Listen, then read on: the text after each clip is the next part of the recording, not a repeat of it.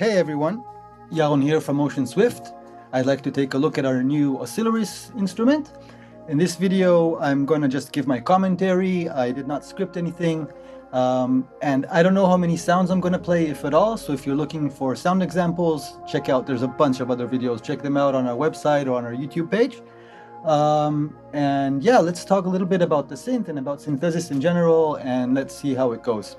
So the first thing I want to talk about is actually, let's go way back into the history and what inspired us to make this particular synthesizer. So maybe let's start with some of the other synths that we've been doing preset packs for lately, and to get a little bit of feel for the inspiration. So I think the first one I want to quickly touch on is Absynth. And as you can see, it is a similar architecture to Oscillarys, right? So if here we have 3 layers on the top, you see that it is kind of the exact same thing.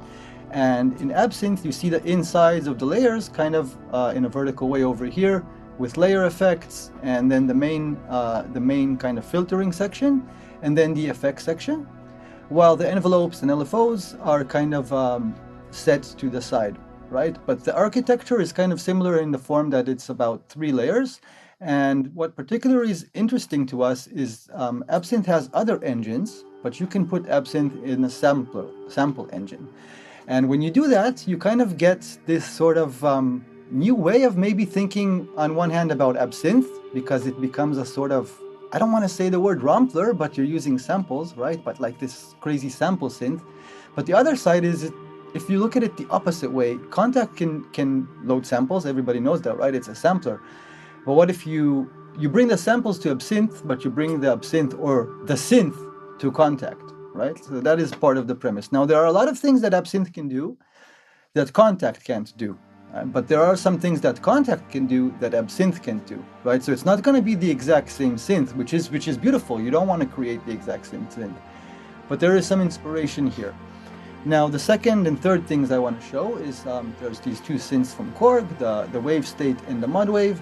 And in a very similar way, right? So the wave state has 4 layers, but the mod wave has it's a little bit different. It's 2 layers, but each layer is basically 2 oscillators which can load their individual samples.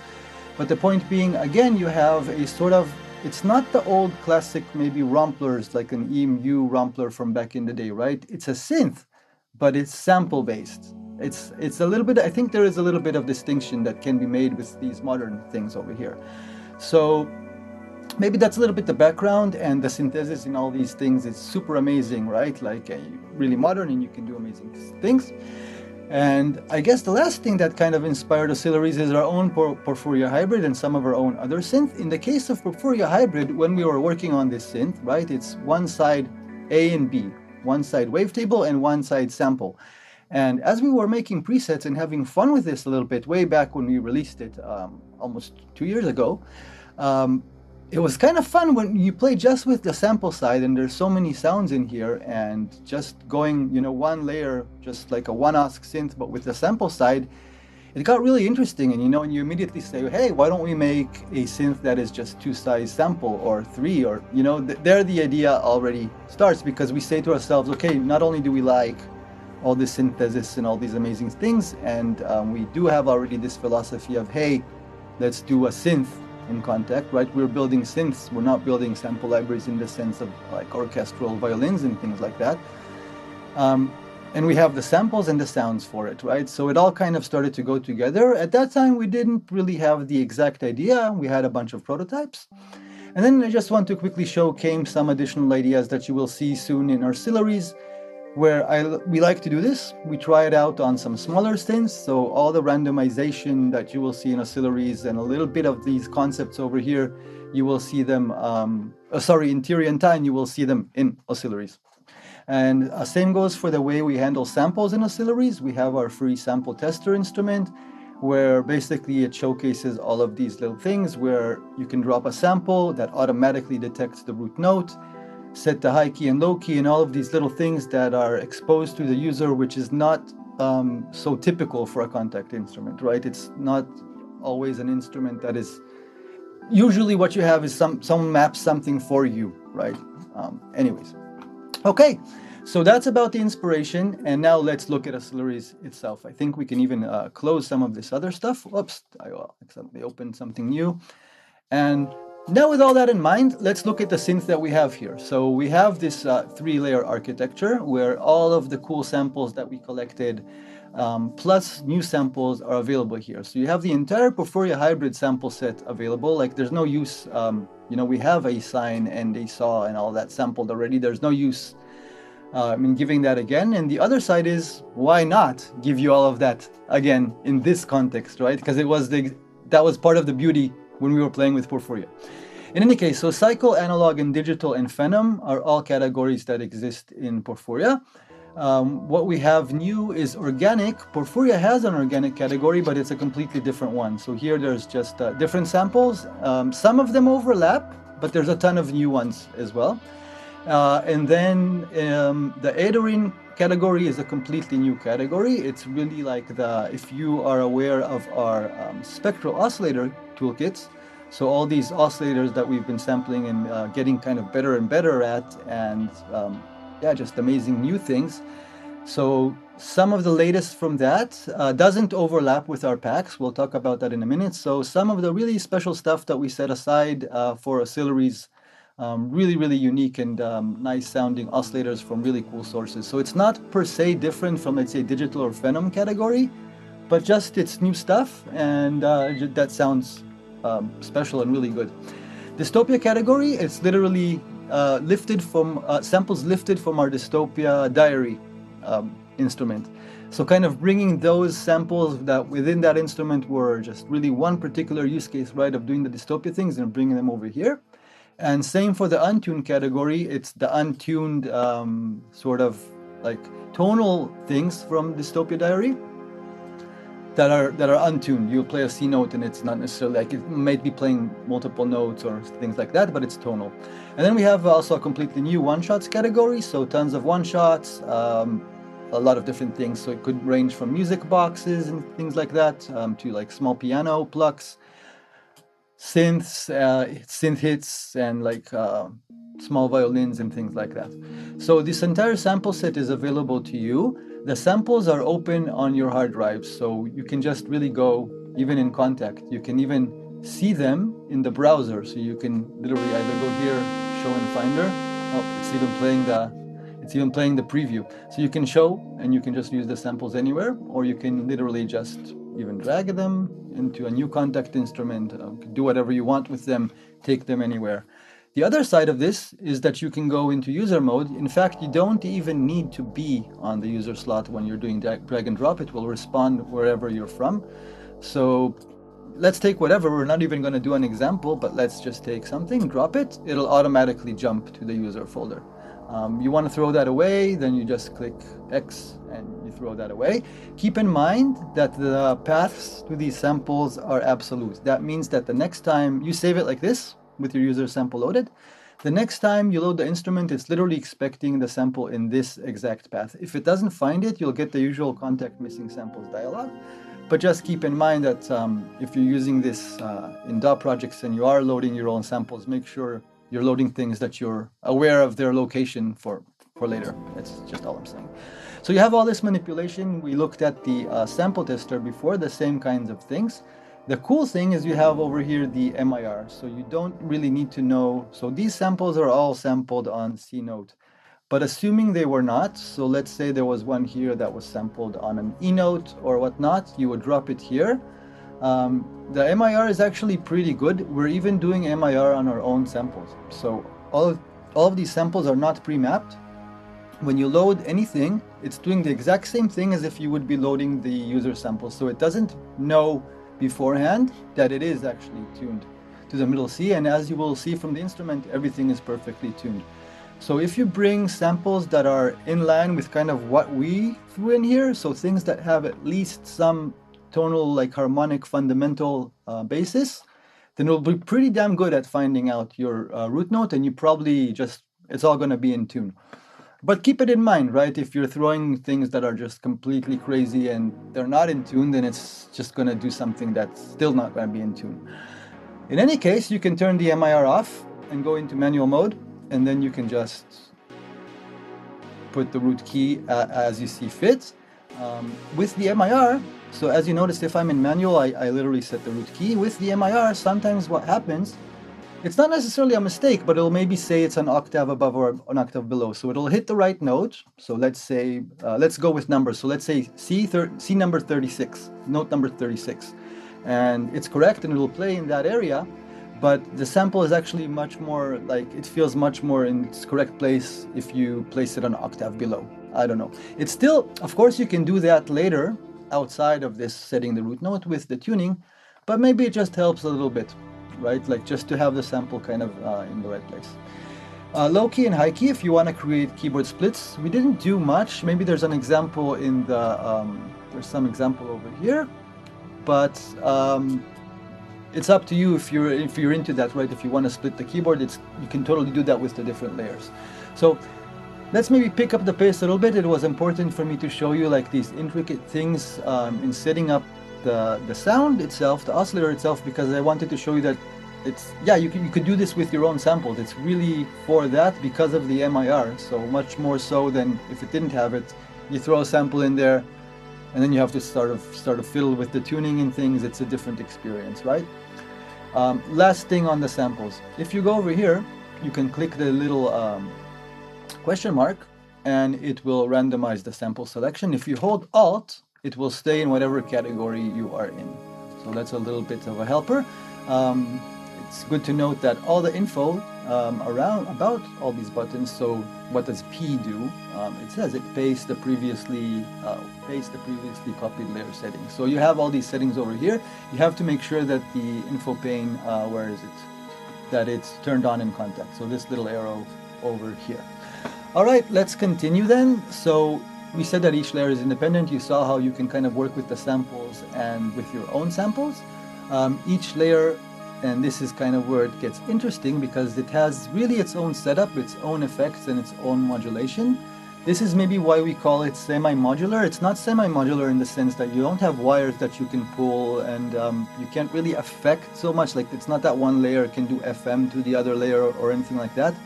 But it's semi-modular in the sense that each one of these layers is kind of a self-contained synthesizer, a building block, if you like, and they kind of go together. So you can kind of choose what each one of these, let's say, layers, you can call them modules. It's not exact, like, modular heads are gonna like roll their eyes. I'm not saying it's a modular, guys, relax. We're just saying if you see it as that way as building blocks. So each of these layers really has its own modulation. Let's start with the modulation before the effects. Each layer has its own modulation, and it really starts with the amplitude envelope, where you can sculpt each layer a little bit differently. This is really cool because you can do like a piano hit that then second layer has a slower attack. The hit fades out, attack fades in with a little bit of a vocal swoosh. We have a lot of presets in that area that explore that in the Kingdom Keys section, for example. But the other side is that you can also you do have the option that there can be some synergy between them even in the envelope. So you go through whatever you're doing, you set up one of these envelopes, you can easily copy and paste just the envelope. You can copy and paste the entire layer, and you can do that with the LFOs, and every time you see a CP, you can copy that particular section and kind of get synergy between the layers. Another cool thing about the amp envelope is you have these little buttons over here. They just provide you starting locations. You don't just click lead and it assumes that, that's the one amp envelope for all the leads in the world, but it's a starting point, right? It's kind of fun, especially considering that our envelopes have slopes, right? So some of these kind of touch a little bit on the slopes to give you that extra feeling as a starting point. So really, as you can see, each layer completely independent as far as envelopes, as far as LFOs. Each layer has its own 3 LFOs that can be routed to various places. Not a million destinations. There's not so many relevant things, but they're all in here. LFO 1 and 2. So LFO 1 can also modulate LFO 2 and 3. LFO 2 can modulate LFO 3, and it kind of goes like one directionally. So LFO 3 cannot modulate backwards to LFO 1. All right, so It's interesting, of course, that you have the envelopes and the LFOs, but where it gets even more interesting, I think, is the external and the random modulation that you have per layer. So external is a little bit self-explanatory, of course. Velocity, polyphonic aftertouch, and wheel, mod wheel, they can be routed to different things. Amplitude being an obvious one. Sample start is super interesting if you have some evolving sample, and a lot of our samples are evolving. So maybe on an analog tone like this, sample start, like who cares about sample start, right? But something like this, it might get interesting.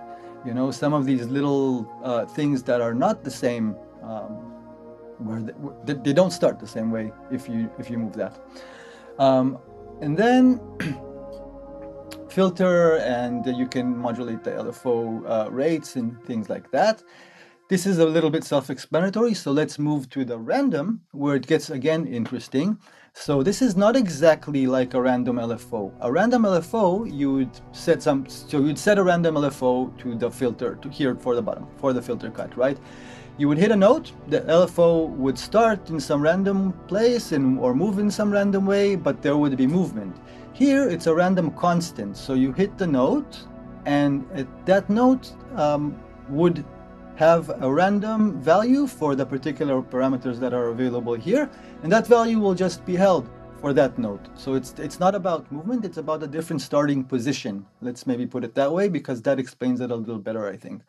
But this is super interesting. So even, you know, how we just discussed velocity for the sample start, you can do the same with the randomizer. It gets really, really, really cool when you have some evolving samples. Same with the pan. Notice that the random, some of them are bipolar, some of them are unipolar. There's a logic to it. What makes sense to be bipolar is bipolar. What makes sense to be unipolar is unipolar. The filter, the layer filters, let's get into that in a second because it's super interesting. The layers have filters, and then there are main filters. So when we talk here, we mean the layer filters.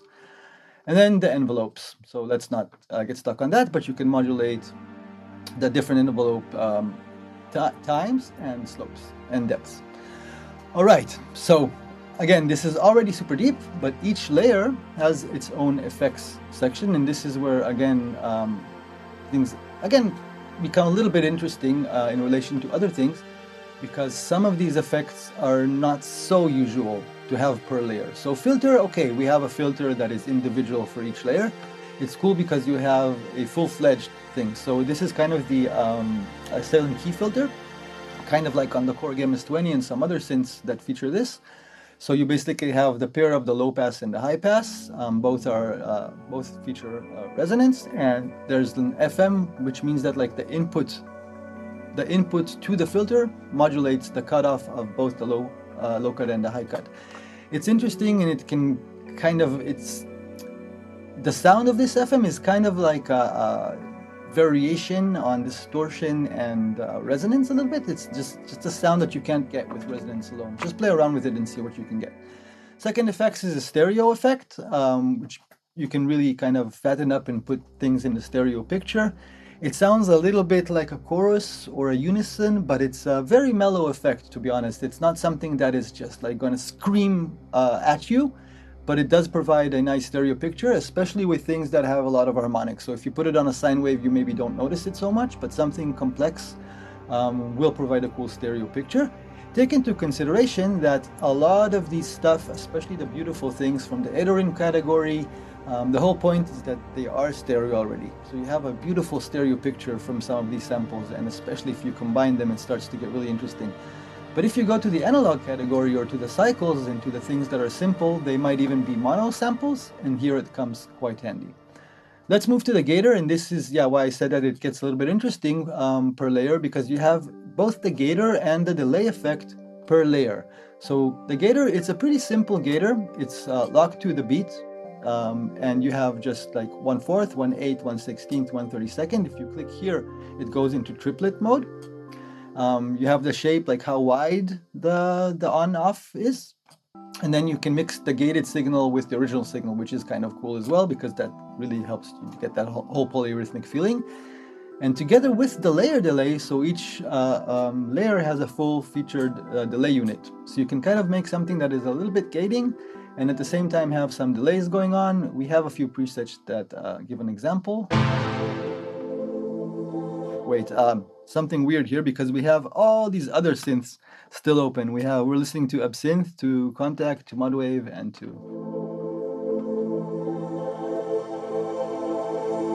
So this one uses just one gator, I see. Let's try something else. Yeah, this is a good example.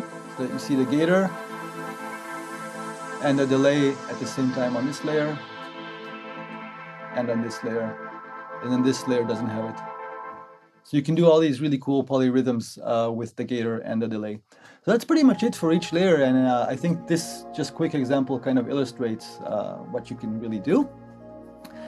And then these three layers, they go together to a series of two filters, and they are asymmetrical. They are different filters. So the first filter is a multi-filter. We have a lot of different filter types. So you have the ladder types, the SV types, and then you have some interesting things like the phaser, for example, which is interesting because it is a phaser that responds per note. So something like in Absynth, in the effects in Absynth, they respond per note. So each note can have a little bit of a different settings for its phaser. And again, if you go, the modulation for these for these filters, it's a similar mindset as we had with the layer modulation. So you have the envelope and the LFO, but you also have this this randomness that you can, for example, assign to the filter cutoff, together with velocity, together with polyphonic aftertouch. So you can get like a really, and if you do it mildly, right, a little bit of randomness, a little bit of velocity, maybe some polyphonic aftertouch if the patch calls for it, and then you get really like different filter placements, and then it's really cool if you're using something like the phaser. So really explore this. This is really, really interesting. And yeah, just really quickly, you have the envelope and you have the LFO for the filter. And when I said about the copy pasting, you can actually do that. So you can, for example, an LFO is an LFO. So you can you can set this LFO in the layer if for some reason you want, and you can copy that one and paste it to this one, and it'll work. All right, so this is the multi-filter with all these different shapes that we had a quick look at. And then over on the right-hand side, the sound goes from here over to here. Notice that you turn these things on and off. If you're not using them, just keep them off because, yeah, just less CPU. It doesn't even load it and doesn't affect the sound, like it's completely bypassed. But all right, we want to go into the Monarch filter. The Monarch filter is a little bit different than the multi-filter. It's one single filter kind. It's the renowned Monarch filter from Reactor. So it's a low-pass filter which has two flavors over here. The normal operation is just 2-pole. If you click over here next to the cutoff, it just puts it in 4-pole mode, and you can see the info over here if you're not sure what this little dot does. And then, yeah, either 2-pole or 4-pole, and you have this like really, really nice and cutting ladder style filter with a lot of character. And it also has its own FM circuit here that really kind of, especially with some like resonance and cutoff moving around, you can get really, really, really great results. And you have a post gain because this filter tends to kind of, yeah, it might kind of crunch your gain down a little bit, so you can compensate easily right after the filter. And again, the usual, right? So you have the envelope, the LFO. The LFO is interesting because you can you have two LFOs for this Monarch filter, so you have a separate LFO for the cutoff and a separate LFO for the FM. So for this and for this. And yeah, some external modulation. Again, you have random for the cutoff and you have random for the FM. So this is the architecture as far as synthesis and as far as the polyphony of the voice, right? Everything here is polyphonic, responds to notes. You have your external modulations and all of that. The main controls over here, this is just about the mode you're in, so polyphonic, monophonic, or mono legato. And you can affect the portamento time with the portamento knob. And this is the overall gain, just an output gain for the synthesizer. The animate button is just a really simple button that affects the animations. So there are layer animations that go on here in the screen and some little things that happen in the interface. If I now, for example, switch a sound, you see that little swoosh. Or if I move a preset, there is some flashing going on in the background. If you don't want that, you can turn it off. It's not something that's going to affect your CPU. There's no workflow reason, or like yeah, it doesn't. Your computer performance is not affected if you keep this on. But if it's annoying, then just simply turn it off. All right, so we have our whole polyphonic chain, and this is where it gets interesting again, I think, because so Absynth is amazing. I love Absynth, and the synths that we looked at before, the mud wave and the wave state and all of these other synths, they're all amazing. They all have cool effects that they do inside in their own right. But Kontakt has a really, really nice effects suite, right? It's these actual effects that are plugins from Native Instrument, like so really, really high quality things. And Oscillarys can really provide that sort of layered synth, like we talked, like these other synths that I just mentioned, but it can give you the Kontakt Native Instruments unique effect suite. So we have 4 sort of effect slots in series. They kind of make sense. You go through a creative slot, a modulation slot, a delay slot, and finally a reverb slot. The creative has all sorts of distortions and ring modulators and like this color, which is a kind of like a combined amp distortion sort of thing. In the mod section, you have your classic chorus, flanger, phaser, but also more, you know, the evolved things. These are really cool effects from Native Instruments.